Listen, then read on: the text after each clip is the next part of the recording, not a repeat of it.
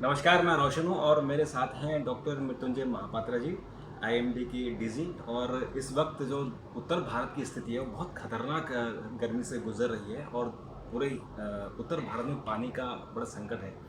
तो इस वक्त हम जो डॉक्टर साहब से बात करते हैं कि ऐसा जो स्पेल बना हुआ है, बहुत लंबा स्पेल निकल गया है, ये इसका क्या कारण है? प्रमुख डॉक्टर साहब, आपका स्वागत है। ये जो गर्मी है, वैसा तो गर्मी हर बार होती है और इस बार भी है, लेकिन इस बार कुछ समय और जो स्पेल है कुछ लंबा ही हो गया और टेम्परेचर भी हमने देखा एक दिन तो 52 डिग्री दिल्ली में हो गया था। इसके पीछे क्या कारण हो सकता है? जी, 52 डिग्री तो दिल्ली में हुआ ही नहीं, वो रॉन्ग इन्फॉर्मेशन था। हमने अभी इसके प्रेस रिलीज में भी क्लैरिफाई किया था। ये ज़रूर है कि टेम्परेचर नॉर्थ इंडिया में इस बार ज़्यादा रहा है और हीट ऑफ कंडीशंस कंटिन्यूसली हम 10 तारीख से अभी तक एक्सपीरियंस कर रहे हैं plains of north west India और एडजनिंग एरियाज़ में। इससे पहले 16 मई से शुरू करके लगभग 30 मई तक अभी heat of conditions same area में कंटिन्यू किया था। इसके साथ ईस्टर्न इंडिया में बहुत दिन रहा। इस बार भी ईस्टर्न इंडिया में भी, जैसे बिहार, झारखंड, उड़ीसा और एडजनिंग एरियाज़ में, वेस्ट बंगाल का एडजनिंग एरियाज़ में भी हीट रहा है मई और जून में। सो हीट ऑफ इंटेंस रहा है, लंगर रहा है और दैट मीन्स ड्यूरेबल रहा है।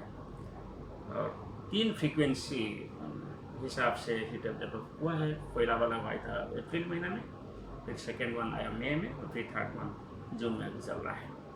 ये जो हीट है अभी इस बार इतना दिन देखने को मिला है, इसका प्रमुख कारण यही है कि इस साल एक एलिनो ईयर रहा है। एलिनो ईयर में यूजली नॉर्थ इंडिया में ज़्यादा हीट ऑफ कंडीशंस देखने को मिलता है, मोर फ्रिक्वेंट, मोर इंटेंस, मोर ड्यूरेशन भी होता है। और इसके साथ साथ इमीडिएट कॉज देखेंगे तो मिडिल ट्रोपोस्फियर में, यानी 3 किलोमीटर से 5 किलोमीटर ऊंचाई में एक एंटीसाइक्लोन सर्कुलेशन होने की वजह से वायुमंडल में जो एयर का मूवमेंट नीचे की तरफ हुआ है towards surface of the earth north west और सेंट्रल इंडिया में। जब ऐसे डाउनवर्ड मूवमेंट होता है, यानी सब्सिडेंस होता है एयर का, तो एयर कंप्रेस्ड होता है और वार्मिंग होता है, और ये वार्मिंग की वजह से टेम्परेचर राइज होता है। और क्लाइमेटोलॉजिकल आप देखेंगे मई महीना जो है वो सबसे हॉटेस्ट मंथ होता है और यूजुअली सबसे ज़्यादा हीट ऑफ कंडीशंस मई महीना में, और इसके बाद जून में दिखाई देता है जब तक मानसून नहीं आता है। सो इस हिसाब से द क्लाइमेटोलॉजिकली ड्यूरेशन तो जो टाइम पर हुआ है वो तो सही है, मगर ये ड्यूरेशन ज़्यादा दिन तक रिकॉर्ड हो रहा है, यानी परसिस्टेंट हीट ऑफ कंडीशंस देखने को मिल रहा है। और क्लाइमेट चेंज की बात करें तो ये दिखाया गया कि क्लाइमेट चेंज पूरे ग्लोब में दिखाई दे रहा है और इंडिया में भी दिखाई दे रहा है। टेम्परेचर राइज हो रहा है, राइजिंग ट्रेंड है, और ये राइजिंग ट्रेंड ऑफ टेम्परेचर की वजह से हीट ऑफ कंडीशंस का जो प्रोबेबिलिटी बढ़ गया है। 1970 से लेकर अभी तक आप डाटा देखेंगे कि हीट ऑफ का फ्रीक्वेंसी, ड्यूरेशन, इंटेंसिटी में राइजिंग ट्रेंड है नॉर्दर्न इंडिया में। सो ये सभी परिप्रेक्ष्य में आप देखें कि इस बार इतना durable heat of conditions north east India में देखने को मिला है। अभी आपने जो एल नीनो की बात कही है, इसका मतलब ये हो कि आने वाले समय में, यानी जब मानसून आएगा तो वो भी इसी तरह से उसकी इंटेंसिटी ज़्यादा होगी और ज़्यादा हमें इस बार मानसून की बारिश देखने को नहीं, अभी एलिनो न्यूट्रल कंडीशन की तरफ जा रहा है। सो और एलिनो कंडीशंस नहीं होगा और इसका इन्फ्लुएंस भी नहीं होगा भारत में, और धीरे धीरे न्यूट्रल कंडीशन होगा मानसून टाइम पर, और सेकेंड हाफ मानसून टाइम पर भी लानिना कंडीशन जो कि मानसून के लिए अच्छा होता है वो डेवलप होने की भी संभावना है। और डॉक्टर साहब, जो आपने जितने अभी तक फोरकास्ट की हैं वो लगभग सभी एक्यूरेट निकली हैं, और आपने जैसे कहा कि क्लाइमेट चेंज के कारण हर साल टेम्परेचर बढ़ रहा है।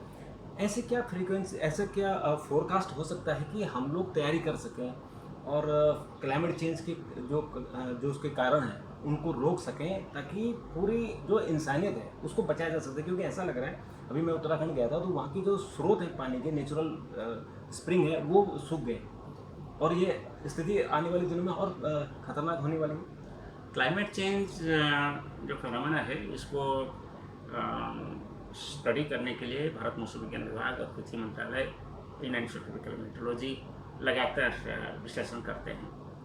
हम क्लाइमेट चेंज के बारे में फैक्ट्स देश के सामने रखते हैं और इंटरनेशनली भी उसको कम्युनिकेट किया जाता है।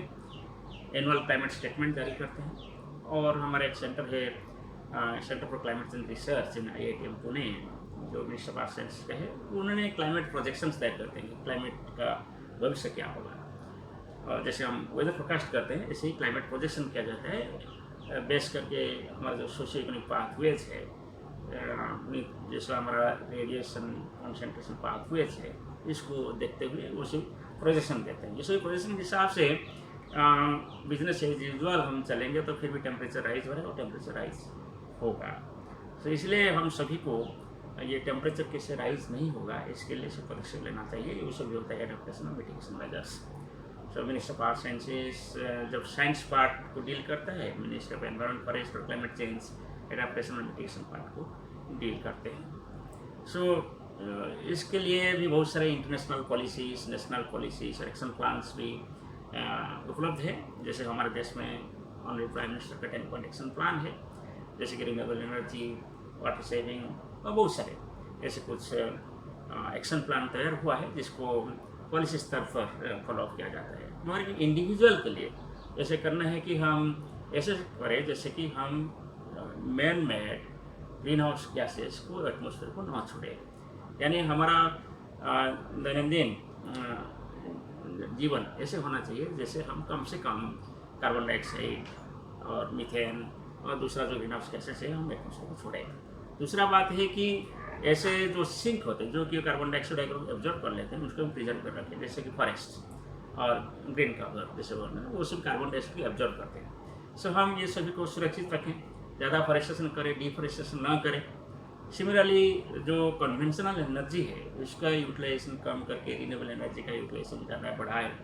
जैसे ट्रांसपोर्ट सेक्टर में हम कम ट्रांसपोर्ट यूटिलाइज करें, कोई हफ्ते में एक बार हम वॉक में जाए कि नियरेस्ट प्लेस को वॉक में जाए। जैसे कि हमारा जो कार्बन फुटप्रिंट है उसको भी हम कम कर सकते हैं। हमारा सिमिलरली खाना जो है, फूड है, इसको हम ऐसे नियंत्रित कर सकते हैं जैसे हमारा जो कार्बन फुटप्रिंट और कार्बन डाइऑक्साइड और इक्विवेलेंट गैसेस जो ग्रीन हाउस गैसेस है इसका भी उत्पन्न कम हो और एटमॉस्फेयर में कम हो। तो डॉक्टर साहब एक चीज़ जो बात आती है कि इस बार जो है WD और जो वेस्टर्न डिस्टर्बेंस है वो कम आए, उनकी फ्रीक्वेंसी कम थी और उनके कारण बारिश भी कम हुई है। ये भी क्या क्लाइमेट चेंज को हम इससे जोड़ सकते हैं? क्लाइमेट चेंज के साथ various types of extreme weather condition को जोड़ा गया है और वेस्टर्न डिस्टर्बेंस यूजुअली ज़्यादा तक दिखाई देता है दिसंबर जनवरी महीने में फ्रीक्वेंसी ज़्यादा होता है। 7 से 8 वेस्टर्न डिस्टर्बेंस हर महीना दिखाई देता है और समर महीने में इसका फ्रीक्वेंसी कम होता है। और जब भी आता है नॉर्थ ईस्ट इंडिया की तरफ तो थंडरस्टॉर्म वगैरह होता है और इससे वजह से टेम्परेचर डाउन हो जाता है टेम्परेरली। इसके बाद फिर क्लाइमेटोलॉजिकल टेम्परेचर राइज होता है। और क्लाइमेट चेंज की बात करें, देखा गया कि जो वेस्टर्न हिमालयन रीजन है उसमें अमाउंट ऑफ रेनफॉल डिक्रीज हो रहा है।